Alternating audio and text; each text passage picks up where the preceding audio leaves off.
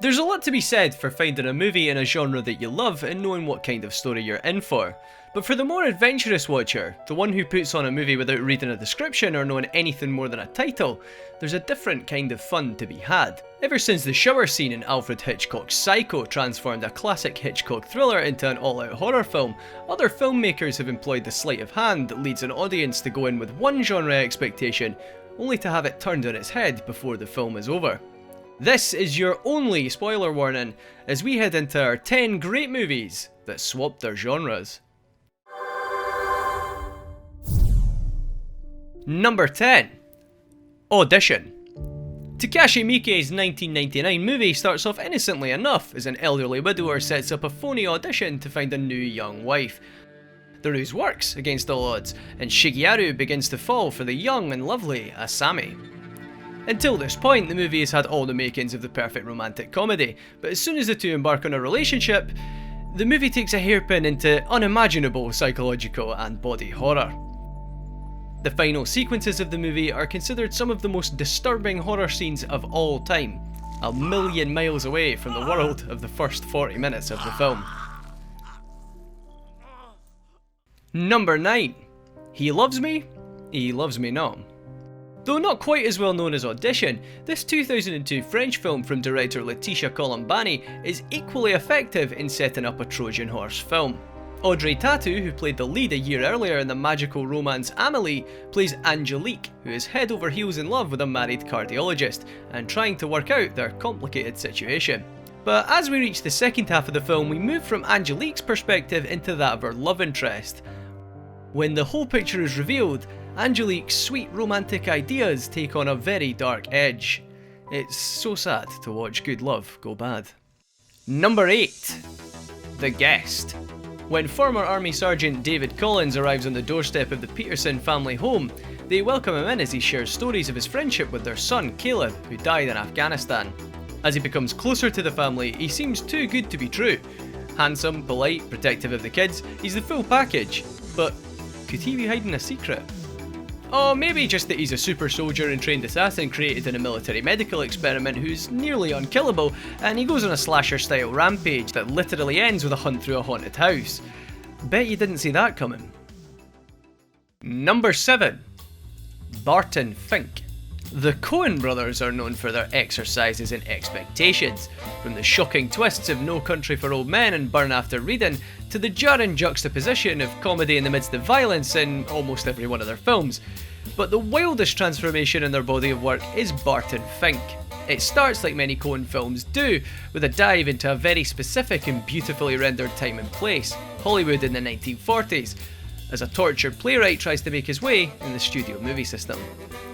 The film slowly turns from a period comedy into a dark mystery with dead bodies, hotel rooms burning like the fires of hell, a mysterious box full of something horrific, and the most frightening performance John Goodman has ever given.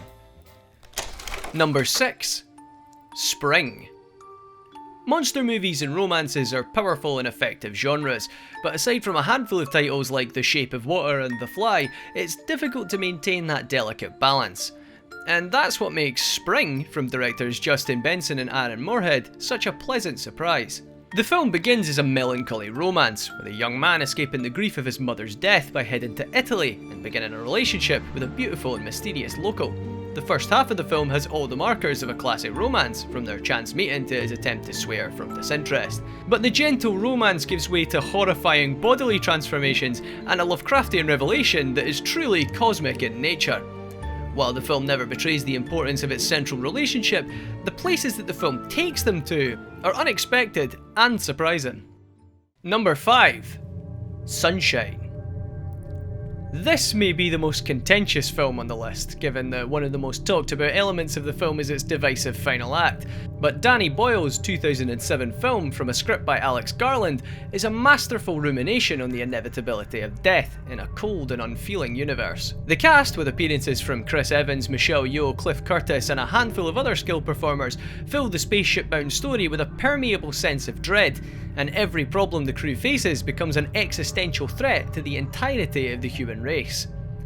What better way then to show the impending death of the human race than to have a deranged survivor from a previous mission stalking and picking them off one by one? Nihilistic space movie? Meet deranged and disfigured spree killer. Let the games begin. Number 4. Life is Beautiful. Anyone who learned about Life is Beautiful after it won 3 of its 7 Oscar nominations might know it by its reputation alone. It was a divisive but ultimately uplifting story of a father who enacts an elaborate ruse to pretend his imprisonment in a concentration camp is a contest in order to protect his child's innocence in the face of a monstrous reality. However, viewers who saw the film before the hype found themselves watching a pleasant romantic comedy starring Roberto Benigni. In fact, for the entire first act of the film, there's no Holocaust to be seen, simply a lovable goofball chasing his dream girl. Then, after he finally wins her favour, there's a 5-year time jump. They now have a young son, and it's only a matter of time before the Nazi soldiers come for him. It's frankly quite surprising that the movie was as successful as it was, given the wildly different tones and plotlines contained within it. Number 3. White God. The poster for the 2014 Hungarian film White God could convince you that it's going to be a classic adventure film, starring a child and a dog. And the opening moments of the film could convince you that that's where it's headed.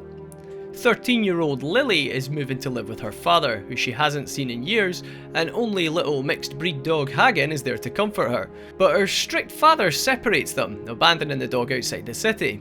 This would normally be the place where Hagen would go on a trip, like Disney's The Incredible Journey, crossing the countryside to reunite with his owner. But White God takes a different path, leading Hagen into abuse, dogfighting, and the pound, eventually culminating with him forming a dog army to seek vengeance on all the humans who hurt him along the way. It's strangely satisfying and disturbing at the same time, and the powerful and cathartic ending is a revelation. What the hell are you? Number 2. Predator. Remember that cool movie where Arnold Schwarzenegger, Carl Weathers and a team of hardened military operatives head into the Central American jungles to spend an entire film hunting down the guerrilla soldiers who kidnapped a foreign dignitary and his team? No? That doesn't sound right to you? That's unusual because aside from a single opening teaser shot of a spaceship, there's no trace of an alien for all of Act 1 of Predator. Sure, there were skinnings and mysterious deaths, but those must be the evil guerrilla soldiers who still have hostages, right? No. It turns out there's a massive alien bounty hunter with pincers on his face who can turn invisible, and he's been stalking the team through the jungle for a deadly hunting competition. Which begs the question, if they revealed the Predator in the trailer, why did they wait so long to reveal the science fiction elements during the film itself? Number 1. From Dusk Till Dawn.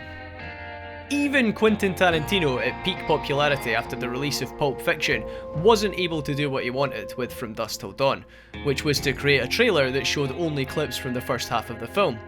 What would that have done? Well, it would have gotten a lot of people excited for a new crime thriller from Tarantino and his filmmaker friend Robert Rodriguez, with a fantastic cast telling the story of criminal brothers taking a preacher and his family hostage to get across the Mexican border. What would it have left out? All the freaking vampires! It would have been a fascinating experiment to see what audience reception would have been going into that story cold. As it stands, there was plenty of vampire action in the trailer, and the movie ended up being an interesting test run for their later double feature project, Grindhouse. And there you have it! There were a few other titles that almost made the 10, like Kill List and $1 Million Baby, but we didn't want to include ones whose genre switch came with too massive a plot spoiler. Which I suppose is technically a plot spoiler in itself, but just bear with me here. Are there any other genre swapping movies that you love? Let us know in the comments below, and remember to hit the bell icon and maybe even subscribe if you're feeling cheeky. We'd appreciate that a lot. For Council of Zoom, I've been Kieran, wishing you luck on your genre swapping cinema journeys, and I'll see you in the next video. Bye bye!